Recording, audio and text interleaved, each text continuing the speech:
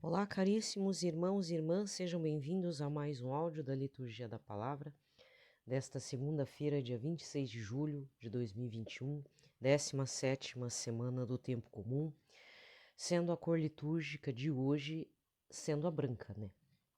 Porque hoje é o dia de São Joaquim e Santa Ana, os pais de Nossa Senhora e avós do Senhor Jesus. Eu acabei não falando, porque na verdade eu só fui descobrir quando eu fui postar as coisas. As coisas é ótimo, né? As informações para o meu perfil de santos, né? Que eu divulgo santos e liturgia diária. Isso foi depois que eu fiz o áudio. Então, nesse domingo foi o primeiro dia dedicado é o Dia Mundial dos Avós. Mas ficou estabelecido que é o último domingo do mês de julho, para que todos possam participar. Mais ou menos é o que acontece com algumas datas, acredito eu que seja isso, né? Ficou parecido com algumas datas aqui no Brasil, por exemplo, São Pedro e São Paulo, que é sempre o primeiro domingo após o dia 29 de junho, certo? Deixa eu até confirmar para não falar bobeira. Então, após a data de São Pedro e São Paulo, 29 de junho, então, primeiro domingo, estabelece-se que é para ser lembrado essa data, porque são santos importantes para a Igreja Católica. E não é somente essas datas, existem outras em que a CNBB faz com que a Igreja, quer dizer, existem datas importantes no meio da semana, mas que, no caso da Igreja do Brasil, é colocado no primeiro domingo após a data. Nesse caso, o que ficou estabelecido é o último domingo de julho é dedicado ao Dia Mundial dos Avós. E, pelo que eu entendi, ontem era possível receber uma indulgência plenária. Mas isso eu vou pedir que vocês. Já passou, na verdade, né? Mas eu não sei se vai valer a indulgência plenária nos outros anos. Mas eu vou pedir a gentileza que vejam nos canais de notícia oficiais do Vaticano, o vaticano.va, ou que deve ter o documento, o vaticannews também.pt, a respeito do Dia Mundial dos Avós. De qualquer forma, o dia é dia 26, né? O dia mesmo é o dia 26, então não há preocupação quanto a isso, há apenas um deslocamento de data, para que todos nós da Igreja Católica possamos celebrar.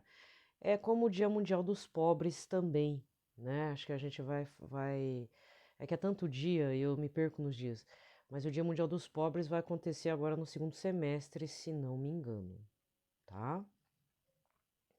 Ou Nossa Senhora Mãe da Igreja também. Então, o Papa tem instituído algumas datas importantes para a reflexão. Eu acho que é muito importante porque, não desmerecendo a infância, graças a Deus a infância também teve seu tema em vários momentos na Unesco, dentro da Igreja Católica, sendo valorizado, né, o papel da criança dentro da sociedade, não vista como uma pessoa vulnerável ou que é lógico que ainda há casos de violência contra os infantes, né, as crianças, os pequeninos.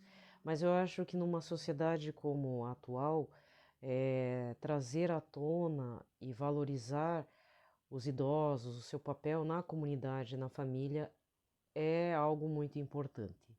Porque no final eles entram como um grupo vulnerável, como as crianças, né, e como mulheres abusadas ou mulheres que sofrem violência em casa.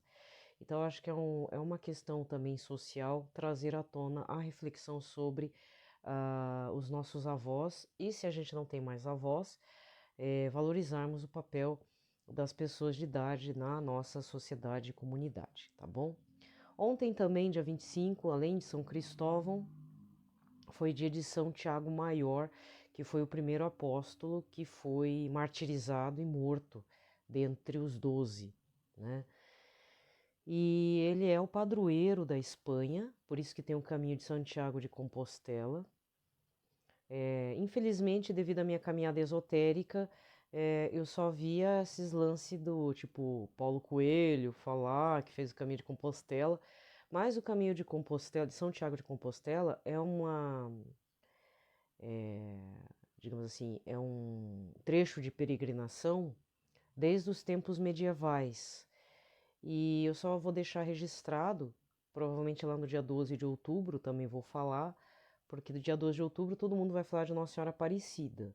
Só que aí eu vou puxar o gancho para a data também para Nossa Senhora do Pilar, na Espanha. É a primeira aparição de Nossa Senhora a um santo que se tem notícia, mas com o detalhe que essa aparição de Nossa Senhora do Pilar aconteceu com ela viva, ou seja, ela fez uma bilocação para animar, né, animar o nosso desanimado apóstolo São Tiago Maior, que estava em peregrinação na Espanha.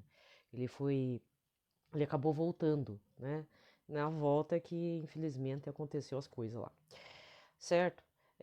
Então também procure saber mais detalhes sobre a história de São Tiago Maior, padroeiro da Espanha, São Tiago de Compostela, tá certo? Então, se não me engano, foi lá na região da Espanha que ele teve a visão de Nossa Senhora num pilar, numa pilastra, digamos assim, só que ela não havia morrido, ela estava viva lá na casa dela, em Éfeso, se não me engano, e só que São Tiago estava desanimadíssimo, porque ele foi para uma região pagã, totalmente pagã mesmo, e não viu frutos lá. Mas Nossa Senhora o animou, né?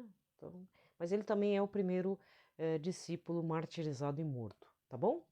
Então fica aqui o registro, a primeira etapa do áudio é sobre isso. Eu não vou mais falar nada sobre, como direi, sobre as coisas que estão acontecendo na internet. Agora baixou um pouco a poeira, né? Não tô vendo tanta coisa sendo falada. E graças a Deus tenho topado com alguns perfis, principalmente no Instagram, de pessoas um pouco mais centradas dentro da Igreja Católica, tá? Mas é triste, é muito triste, certo? Às vezes eu falo assim, por exemplo, do Padre Ronei, lá de Chorozinho, né? Ele é do Santuário de Chorozinho. Aliás, ajude ele, por favor, né? O Santuário de Chorozinho, meu Deus, caído aos pedaços. Ele é meio bocudo também, né? Quer dizer, não do meu jeitão. Ele leva no bom humor, mas ele é meio bocudinho. Mas ainda eu prefiro o Padre Ronei, que fala umas verdades na cara, do que algumas situações que entram na parte do delírio mesmo, gente. Aí é briga é a loucurada dos outros, entendeu? Eu vou falar a verdade, eu tenho minhas loucuras, eu tenho minhas amigas com as loucuras delas. Às vezes eu penso, pô, acho que exagerei, né? Eu mando muito áudio, às vezes no Instagram, no Zap Zap, bibibi, bobobó. Então, às vezes eu fico feliz quando a pessoa nem dá bola muito pra mim, porque eu tenho minhas loucuras. E assim como eu não gosto de entrar na loucura alheia, porque depois eu me desgasto emocionalmente, emocional e psicologicamente, também é bom a pessoa dar uma bloqueada, não é me bloquear efetivamente, mas não dá bola muito pro que eu falo, porque eu também não gosto de entrar depois na loucura alheia. Porque senão eu deixo a pessoa atribulada, preocupada, e eu sou muito na minha, né? Na real, assim. Apesar que no final eu faço uns áudios aqui pra vocês, acho que eu deixo todo mundo tribuladão, né? Né? Então eu peço desculpas aí, não é minha intenção, mas é que tem dia que a coisa pega pesado. E aí eu não tenho pra quem falar, infelizmente sobra pra vocês aí. Certo? Então procure saber mais detalhes, lembrando que eu não queria ter comprado o livro, mas o livro chamou eu. Eu tenho que indicar o livro pra vocês. Carol Wojtyla, João Paulo II. Estou nas mãos de Deus, anotações pessoais de 1962 a 2013, editora Planeta. É uma edição de 2014, não é tão nova, né? Já tá quase fazendo 10 anos, 20 anos, né? Nem sabe fazer conta. Aí o livro me pescou eu bem no meio de numa montanha de livro dentro de um sebo. Tava acabando de chegar uma mercadoria deles lá, nem tinha preço. Eu quero levar. Aquelas bem chatas. Eu vou levar. Não dei nem tempo de fazer um cadastro lá pro estante virtual, né? Já catei o livro porque o livro me chamou, gente. Olha que tinha livro pra tudo que era lado e eu fechei os olhos. Ainda o povo de lá, que me conhece, ainda falou: Você não vai levar nada? Não, não, não quero. Não quero nada. Nada, nada, nada. Nada, nada, nada, mas tô eu aqui, né? Mas o livro tava em cima e com essa fotinho linda do Papa. Eu comprei pela capa, né? Porque o Papa João Paulo II tá bonitão na capa. Mas é muito interessante, tá? Se você já leu muitas coisas, documentos do Papa João Paulo II, você topar com algumas anotações sobre retiros, né, que ele fazia, tem algumas reflexões até 1980, na década de 80, e depois fica esparçado. Mas mesmo assim, nos finais dos anos 90 para o início dos anos 2000, porque ele faleceu em 2005, né? Então a coisa já estava grave lá do Parkinson, ele não conseguia, acho que, anotar mais. Mesmo assim, vale muito a pena, porque mostra como é que se diz, como era o dia a dia, ou pelo menos é uma espécie de diário de anotações dos retiros espirituais que ele fazia. Então era começo do ano, meio do ano, então não é algo assim diário, mas fica a informação de que você que está fazendo um diário espiritual, fazendo anotações, não acha que seu esforço seja em vão. Qualquer coisa, consagre esses escritos para que depois algum neto, algum sobrinho, alguém encontre essas anotações e veja que você estava tentando a caminhada. Porque, na realidade, eu estou falando porque a gente não sabe o dia de amanhã, né? Tem a vacina, tudo, mas não sei, vai que acontece um outro vírus, porque agora a gente tá com medo. Eu tô com medo. A China é um laboratório de viroses modificadas, né? Querendo ou não, essa coisa do coronavírus, esse escape acidental ou não, de espionagem ou não, houve um escape. E não é a primeira vez que há um escape. O H1N1 surgiu lá também. Não na China, mas em Wuhan mesmo, naquele ponto ali. Porque tem um centro de não sei o que, de estudo de virose, sei lá. Isso aí que é uma arma biológica, pô, bem no centro de uma cidade lá, comercial e de negócios.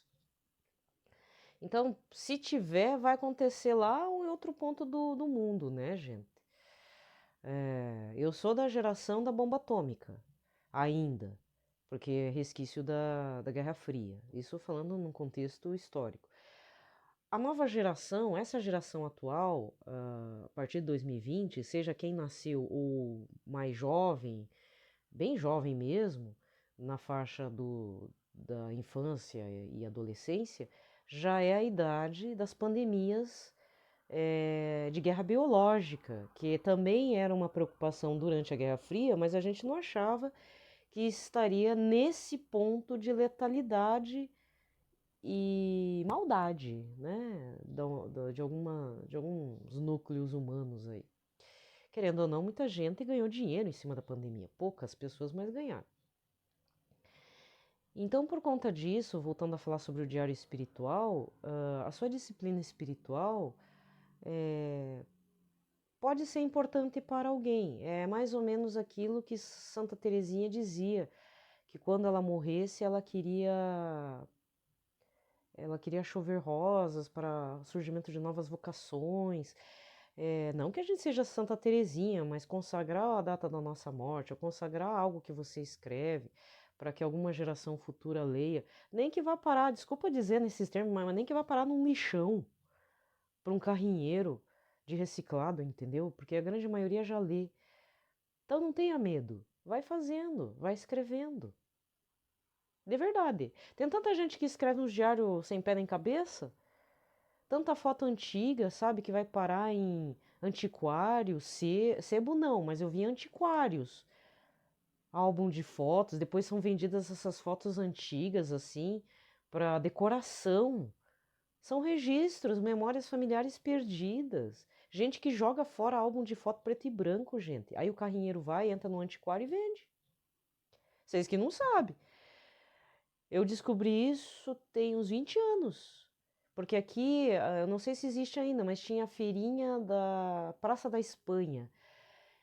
E um dia eu fui conhecer um lance lá de comida vegana. Eu era meio ligada a umas paradas loucas, que existe aqui em Curitiba ainda, é forte isso.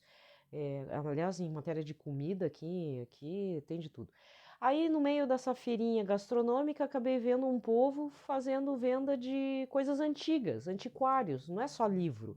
É relógio antigo, parado. E quando eu vi uma caixa cheia de foto antiga tirada dos álbuns, e ainda aqueles álbuns de papel marrom, papel cinza escuro, pessoal da minha idade aí que sabe, porque ainda na minha geração tinha esse tipo de álbum ainda, que você colava e não desbotava, né? Porque aí a tecnologia analógica é bem melhor, né? Porque hoje em dia você imprime na impressora, desbota tudo. É ou não é?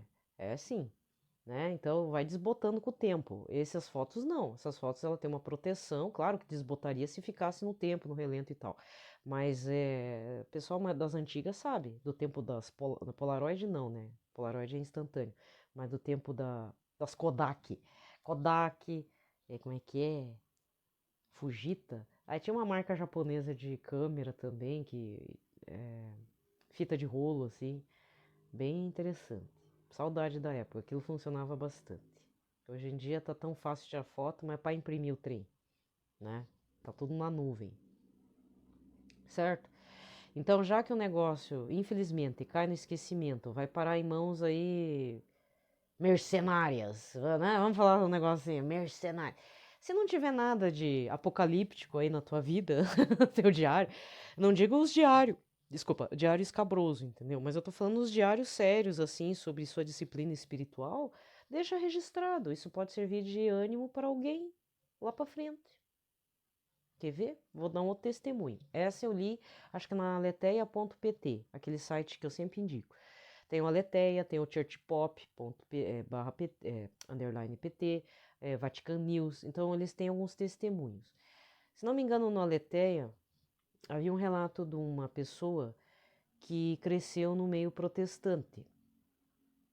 E quando jovem, olha só, quando jovem, não sei qual a avó de qual parte, se é do pai ou da mãe. A avó morreu.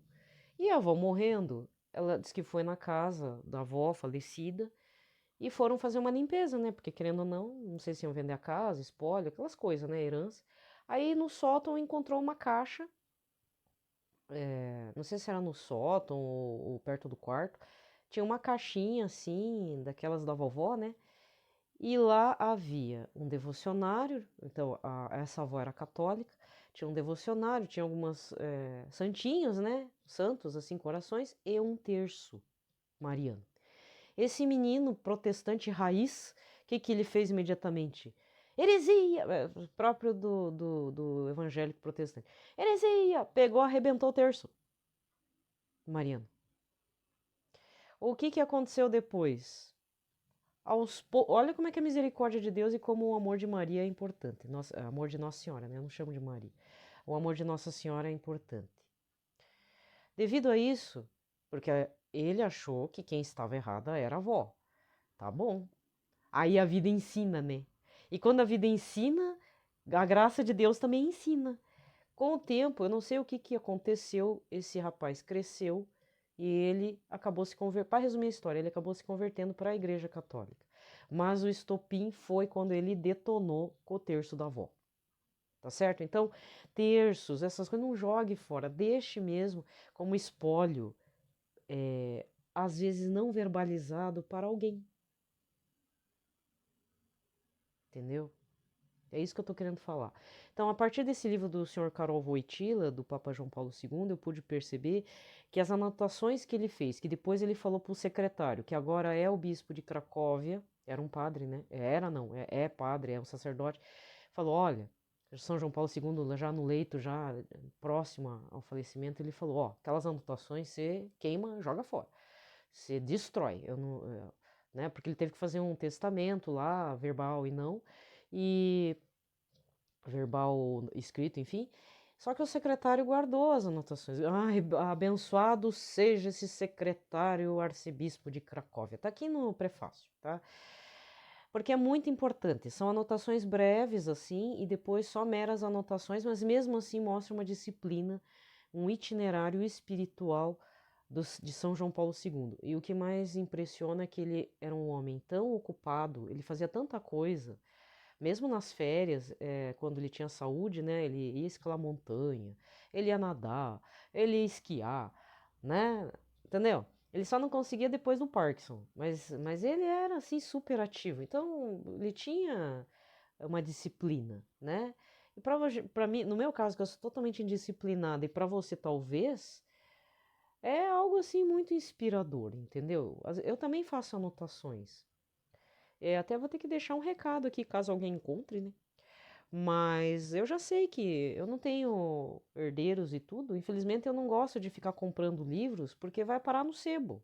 Que até vou até colocar isso. Se você não for ler, venda mesmo pro sebo. Faz dinheiro para você, não tem problema. Porque eu sei que lá no sebo alguém vai pegar meus livros, mesmo que não tenha nada escrito, e vai ser ajudado na evangelização. Pronto, acabou. Isso porque assim, eu fico muito tentada em ser partícipe de alguns clubes de livro. Por exemplo, tem a editora Cleófas, tem a editora Quadrante, tem algumas editoras católicas que fazem o clube do livro agora, que é uma coisa antiga, que existia a partir de uma outra editora, dos antigamente aí, e que agora tem funcionado, já que a gente está em pandemia. Só que, ou a minha biblioteca católica é um exemplo, né? Mensalmente você paga um mensal e recebe lá o kit. Por outro lado, no meu caso, eu já tive várias bibliotecas. Eu desmontei 3. Eu era acumuladora de, para não ser acumuladora de outra coisa, eu era acumuladora de livros. E aí, quando eu fiz a conversão, eu decidi não ter muitos livros, porque eu comecei a voltar. Então, eu me converti, voltei para a Igreja Católica e comecei a me animar a ler as coisas. Mas aí eu tive que dar um freio. Chega, né? Não quero depois ver esses livros que eu tenho às vezes de cabeceira, que eu tenho um carinho todo especial e parar num lixão ou num sebo, mas agora eu estou mais conformada. E isso é uma questão importante sobre o desapego, o pós-morte, da nossa morte, que ninguém faz, né? Eu comecei a fazer depois que eu já falei, vou repetir, para finalizar a primeira etapa aqui. Eu trabalhava num sebo, eu vi muita coisa acontecendo lá. Vários motivos assim, tem inúmeros motivos por que a pessoa se desfaz de muita coisa. Por exemplo, uma mãe que veio vender os gibis do Homem-Aranha do formatinho pequeno, da Abril, porque a Abril não, faliu, né? Não publica mais nem DC, Marvel e Tio Patinhas, aquela coisa. E essa mãe trouxe, inclusive cheirava mofo, esse material. Era muito gibi do Homem-Aranha. E eu voltei do almoço, vi aquilo, falei, nossa, quanto gibi do Homem-Aranha, gente? Uma mãe chegou aqui e vendeu o espólio do filho. Mas como assim espólio do filho? Não, disse que o filho morreu, sei lá como lá, muito jovem, e ela guardou por anos e agora ela decidiu vender. Bem que fez, né? O que vai fazer com isso? Já começa por aí. Outro, mais chocante, que sempre me faz lembrar, era o espólio de um padre. Chegou um cara lá e falou assim, isso eu lembro porque eu estava perto. Foi em 2013, inclusive, foi no processo da escolha do Papa Francisco. Papa Bento XVI tinha feito a renúncia, estava no concílio, estava demorando dias já para a escolha, ainda não tinha chegado a conclusão nenhuma. Chegou um rapaz lá com sotaque de Catarina, falou assim: meu tio padre está na UTI devido a um Alzheimer avançado, ele não vai voltar, ele está em coma. E eu, como responsável legal, descobri que ele tem uma biblioteca enorme lá. Vocês estão interessados? A sorte é que tinha um rapaz, um chato lá que trabalhava, falou para a chefia: não, vamos lá ver. Não, vamos ver, vamos ver. Ah, beleza, vamos ver. Beleza, marcou, né? Foram lá ver, não sei onde é que ele morava, onde é que foi parar os livros. Eu só sei que a cara dos dois estava no chão, assim, porque disse que era muita coisa boa. Só que na época eu não entendia nada de livro católico, né? Aí eu perguntei lá pro colega o que era que tinha. Ah, muita coisa de teologia patrística, não sei o que, não sei o que, falou lá filosofia e tal. Aí a chefia não teve como não comprar, né? Aí chegou mais uma montoeira de livros. Desculpa falar, não sei se tem padre me ouvindo, nem quero. Gente, era uma baita de uma biblioteca, mais uns livrão. E o pior, o padre tinha comprado o livro, não tinha tirado nem do plástico. Eu não sei nem se ele tinha comprado, às vezes ganhou, né? Às vezes ele era cortesia, porque editora, toda editora tem cortesia. Mas tinha livro no plástico. Aquilo me deu mais agonia ainda. Falei, meu Deus, o homem ficou com Alzheimer e tá morrendo. E morreu, né? Não teve jeito. Porque o sobrinho fez o espólio do padre acontecer. Era muito livro. Muito. A única coisa que eu reconheci foi biografias de santo, e biografias boas, e alguns materiais de filosofia, tinha aquele do Reale, que era Meu Sonho de Consumo, História da Filosofia da Paulus. Vários volumes, né, daquela edição antiga e tal. Mas era muito livro. Aí depois daquilo, ainda não estava convertida. Eu não tinha ainda, graças a Deus, acho que aquele espólio também me ajudou, sabe? Eu ainda porque foi em 2013. Aí o meu amigo ficou doente em 2014 na Copa do Mundo lá que o Brasil perdeu de 7-1 pro 7-2 lá pra Alemanha, que meu amigo ficou doente, morreu, putz.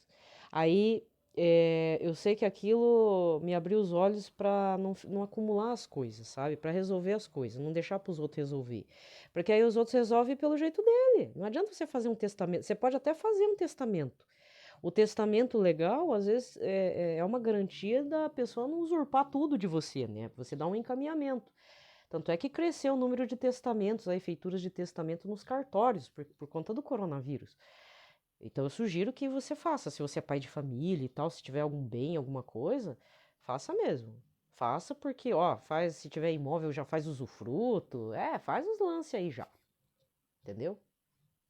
Usufruto é melhor, né? Porque aí a pessoa fica atrelada e na hora de sair o óbito sai mais rápido. Entendeu? O inventário, porque o inventário demora quando tem imóvel envolvido.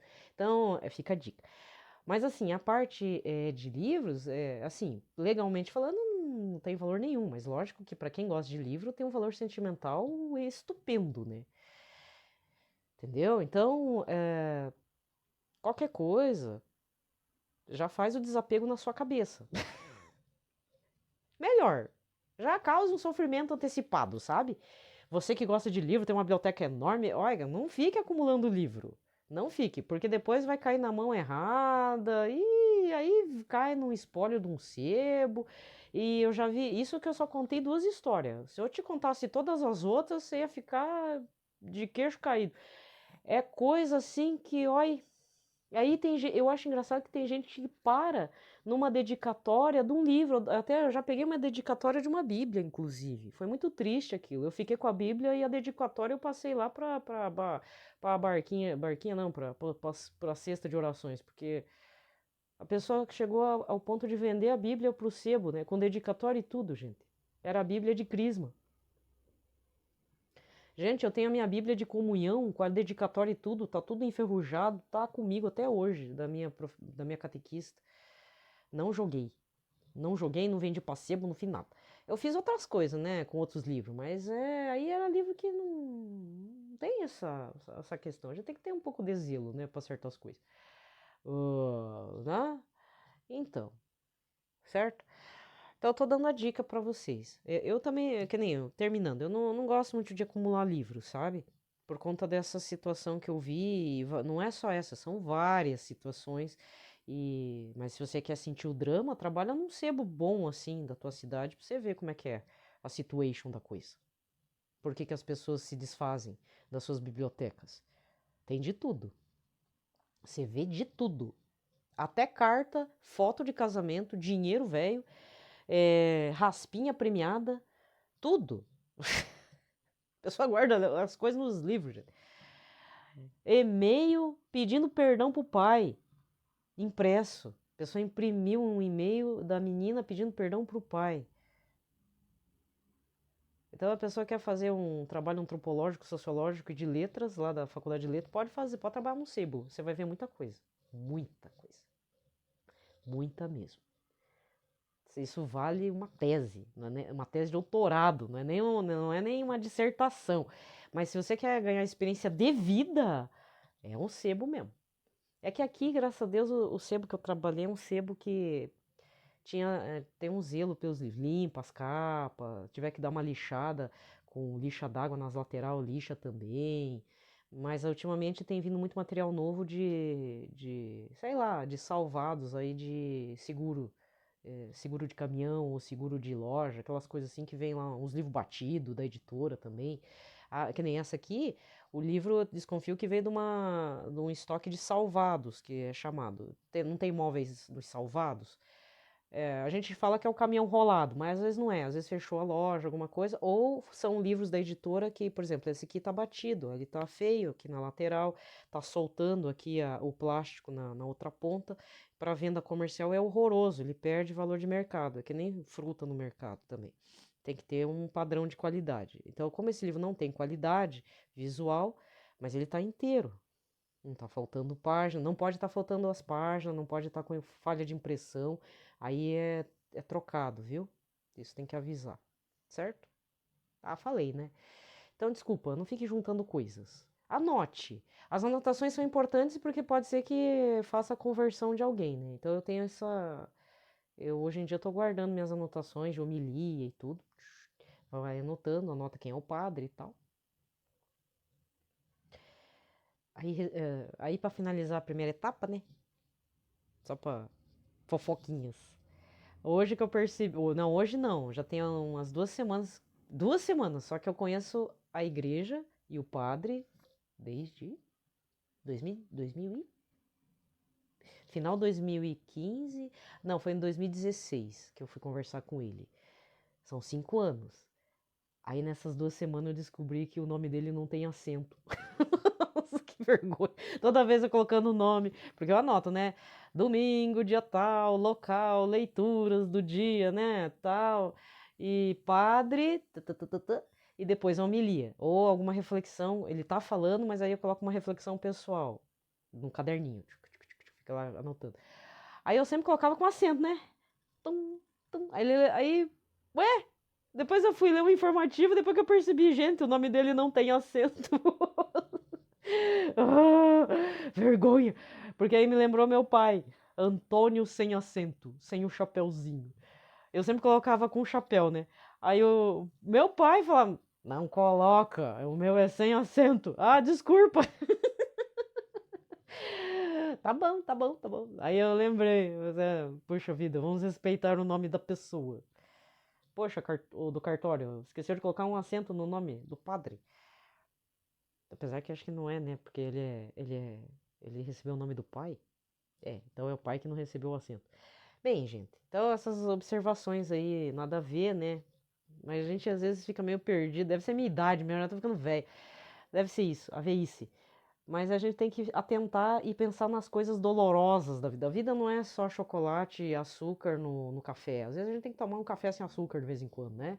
E eu já tô na fase de nem tomar mais café, porque na minha família tem, sabe, parente cardíaco, infarto, e aí tava acelerando meu coração, também parei de tomar café, né? Então às vezes a gente tem que parar de tomar as gostosuras da vida e começar a pensar nos amargores da vida e do pós-vida. Não também a vida eterna, mas na questão de, puxa vida, e o que será dessas coisas se eu não estiver aqui, né? Muito bem. Pelo sinal da Santa Cruz, livrai-nos Deus Nosso Senhor de todos os nossos inimigos. Em nome do Pai, do Filho e do Espírito Santo. Amém. Vamos rezar uma oração a São José, um Pai Nosso, uma Ave Maria, um Glória ao Pai. E a liturgia dessa segunda-feira. Lembrai-vos, ó Puríssimo Esposo de Maria Virgem, meu Deus protetor São José, que jamais se ouviu dizer que alguém tivesse invocado vossa proteção, implorado vosso socorro e não fosse por vós consolado. Com esta confiança venho à vossa presença e a vós fervorosamente me recomendo. Não desprezeis a minha súplica, ó Pai adotivo do Redentor, mas dignai-vos acolhê-la piedosamente. Amém. São José, modelo e padroeiro dos devotos dos Sagrados Corações, Jesus de Maria, rogai por nós. Pai nosso que estais nos céus, santificado seja o vosso nome, venha a nós o vosso reino, seja feita a vossa vontade, assim na terra como no céu. O pão nosso de cada dia nos dai hoje, perdoai-nos as nossas ofensas, assim como nós perdoamos a quem nos tem ofendido. Não nos deixeis cair em tentação, mas livrai-nos do mal. Amém. Ave Maria, cheia de graça, o Senhor é convosco, bendita sois vós entre as mulheres, e bendito é o fruto do vosso ventre, Jesus. Santa Maria, Mãe de Deus, rogai por nós, pecadores, agora e na hora de nossa morte. Amém. Glória ao Pai, ao Filho e ao Espírito Santo, como era no princípio, agora e sempre. Amém. Primeira leitura de hoje, Eclesiástico, capítulo 44, versículo 1 e do 10 ao 15. Vamos fazer o elogio dos homens famosos, nossos antepassados, através das gerações. Estes são homens de misericórdia, seus gestos de bondade não serão esquecidos. Eles permanecem com seus descendentes. Seus próprios netos são sua melhor herança. A descendência deles mantém-se fiel às alianças e, graças a eles, também os seus filhos. Sua descendência permanece para sempre e sua glória jamais se apagará. Seus corpos serão sepultados na paz e seu nome dura através das gerações. Os povos proclamarão a sua sabedoria, a Assembleia vai celebrar o seu louvor. Palavra do Senhor. O responsório de hoje é o Salmo 131 com o refrão: O Senhor vai dar-lhe o trono de seu pai, o rei Davi. O Senhor fez a Davi um juramento, uma promessa que jamais renegará. Um herdeiro que é fruto do teu ventre colocarei sobre o trono em teu lugar. O Senhor vai dar-lhe o trono de seu pai, o rei Davi. Pois o Senhor quis para si Jerusalém e desejou-a para que fosse sua morada. Eis o lugar do meu repouso, para sempre eu fico aqui, este é o lugar que preferi. O Senhor vai dar-lhe o trono de seu pai, o rei Davi. De Davi farei brotar um forte herdeiro, acenderei ao meu ungido uma lâmpada. Cobrirei de confusão seus inimigos, mas sobre ele brilhará a minha coroa. O Senhor vai dar-lhe o trono de seu pai, o rei Davi. O evangelho de hoje é Mateus 13, versículos 16 a 17. Naquele tempo disse Jesus aos seus discípulos: Felizes sois vós, porque vossos olhos veem e vossos ouvidos ouvem. Em verdade vos digo, muitos profetas e justos desejaram ver o que vedes e não viram, desejaram ouvir o que ouvis e não ouviram. Palavra da salvação. Muito bem. Aqui termina a liturgia da palavra, né, a leitura, lembrando que o evangelho de ontem, 17º domingo do tempo comum, foi João 6, versículos de 1 a 15, em que Jesus faz o milagre da multiplicação dos poucos pães e 2 peixinhos, né? Inclusive, João diz aqui que quando Jesus faz uma pergunta para Filipe, está pondo à prova, pois o próprio Jesus sabia muito bem o que ia fazer.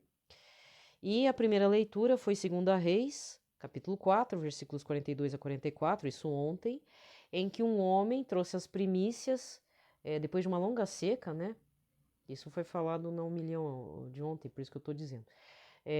Foi dado um contexto, né? É muito importante dar o contexto, porque a gente se perde nas leituras do Antigo Testamento, né? Foi dado o contexto de que houve uma grande seca e depois dessa seca houve fartura, choveu e tudo, e deu trigo, e um homem trouxe uma quantidade relativamente pequena de pães para Eliseu, profeta,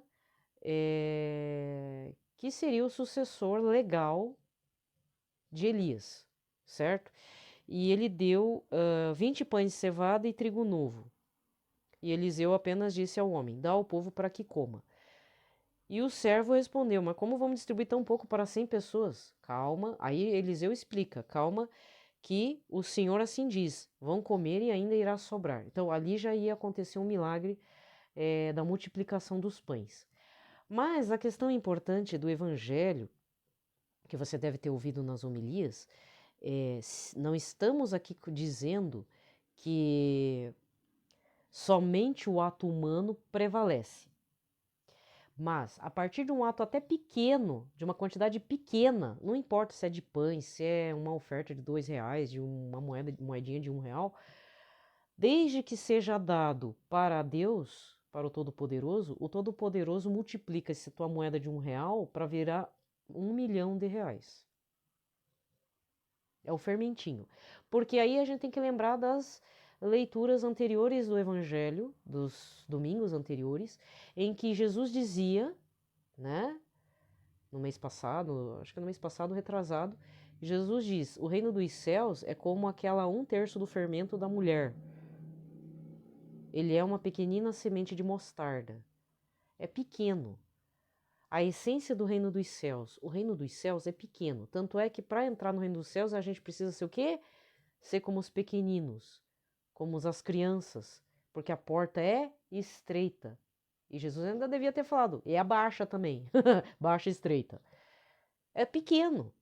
A entrada para o reino dos céus, isso aí tem que estar martelando na sua cabeça essa semana. O reino dos céus é pequeno. Então eu tenho que me fazer pequeno, pequenino, simples e verdadeiro. Uma realidade sincera, né? Porque verdadeiro é Jesus, mas assim, de sinceridade aberta. Sou pecador mesmo. Não, mas não é jogar na cara de Jesus, eu sou pecador mesmo e vou continuar pecando. Não. Eu sou pecador, não queria estar pecando, mas continuo pecando. Mais ou menos isso.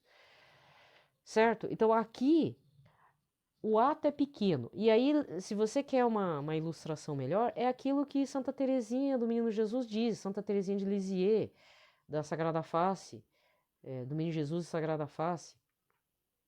Fazer coisas pequenas, mas desde que tenha sinceridade em seu coração, né? Às vezes você chega lá com um pacotico de macarrão. Ai, será que vai dar para alimentar? Então, a gente não sabe, mas vai que vai alimentar 10 pessoas. Ah, é assim que a gente tem que pensar. A partir do pequenininho, a gente tem que sempre, até as coisas que a gente dá lá na igreja, tem que ser dado como forma de oração. Senhor, que isso possa ajudar o que eu estou dando. Por mais que aparenta ser sobra aí na sua casa. Sobra que eu falo, comprou 10 pacotes de macarrão, você dê 2, por exemplo. Né? Mas não acontece isso, né? Às vezes a pessoa fica com os 10 pacotes de macarrão e não dá nem meio pacote aberto, não é verdade? Quem que dá mais? O pobre. Isso foi feito até pesquisa. Quem mais doa é justamente quem mais precisa. Por quê? Porque ele recebe 2 pacotes de macarrão. Ah, não, eu vou comer um, mas eu vou dar o outro. Você pode ver, pode reparar. Entendeu? E mesmo que, vamos supor, você fica com dor na consciência, com escrúpulos, puxa vida, eu comprei uma quantidade grande de açúcar, tudo, vou dar essa parte aqui. Será que Jesus vai achar que é sobra? Para evitar esses problemas, você faz na sinceridade do coração. Se o Senhor apareceu sobra, mas eu quero doar. Entendeu? Que possa alimentar alguém, né? Que faça, multiplica, Senhor, né? Tem gente que fala que é para multiplicar a própria conta bancária. Não. Aqui ele está falando de Pix. Jesus pediu um Pix? Não. O que aconteceu?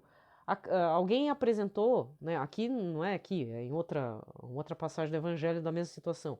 André apresenta um menino, ou seja, um pequenino, não lembro, poucos pães e 2 peixinhos. Peixinhos, hein? Peixinhos secos. Jesus os consagra, como se fosse no altar de Cristo, né? Ele consagra, oferece a Deus e o que acontece?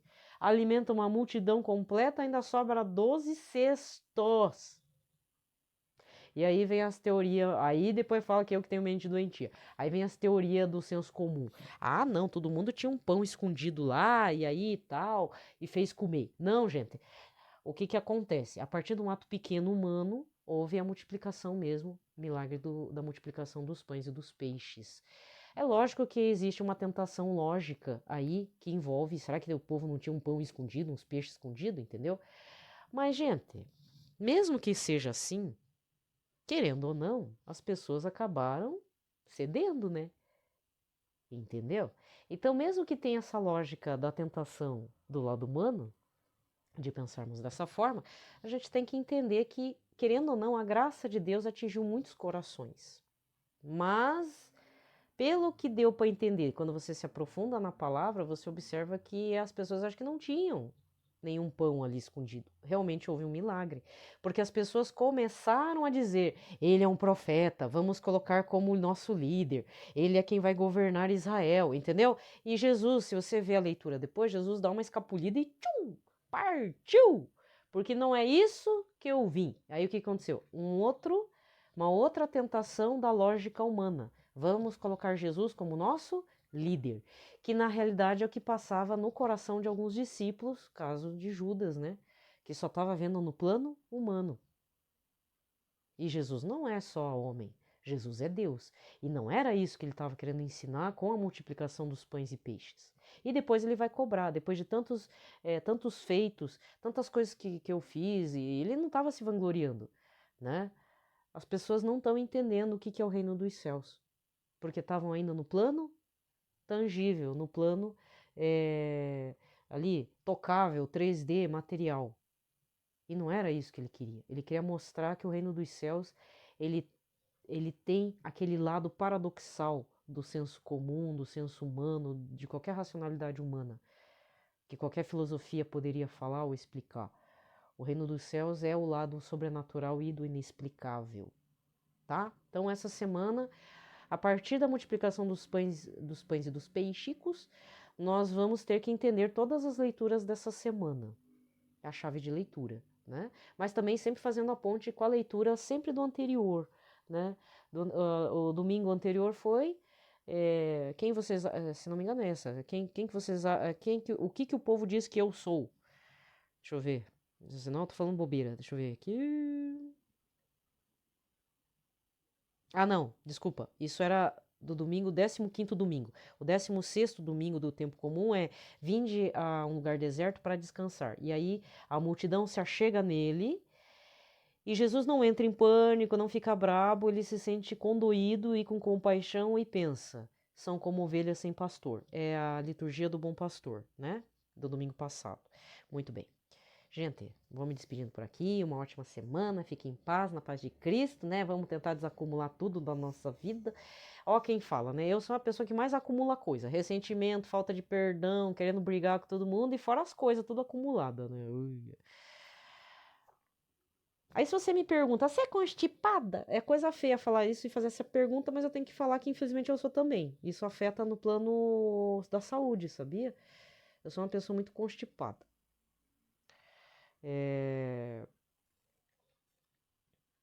Sabe? Não tem aquele termo enfesado? Tá com as coisinhas tudo presas no intestino, entendeu? Pode reparar. Pode reparar, sim. Lógico que eu conheço gente que a princípio não é enfesado da saúde, mas é bem ressentido. Mas pode ser que tenha um potencial para perdoar mais, né? Mas, sabe? Então tem algumas coisas que podem refletir. Não tem nada a ver com medicina chinesa, mas é bom observar essas coisas. Às vezes isso afeta no plano da nossa saúde mesmo, na questão orgânica, né? Então, de repente, é uma forma de aliviar os sintomas, certo? Então, como diz, hora de fazer a tal como é que é? Retiro da Boa Morte? Não sei se é o Retiro da Boa Morte. Diz que Dom Bosco dizia fazer o lance, a ação da Boa Morte, é limpar as gavetas, né? E fazer as doações acontecer, né? Vai lá procurar. O pessoal da Canção Nova que faz isso sempre devido à filosofia salesiana, né? De Monsenhor Jonas. A educação dele na parte de sacerdócio, né? Então tem um princípio salesiano aí. Vai procurar, tá? Um abraço a todos. Fiquem na paz de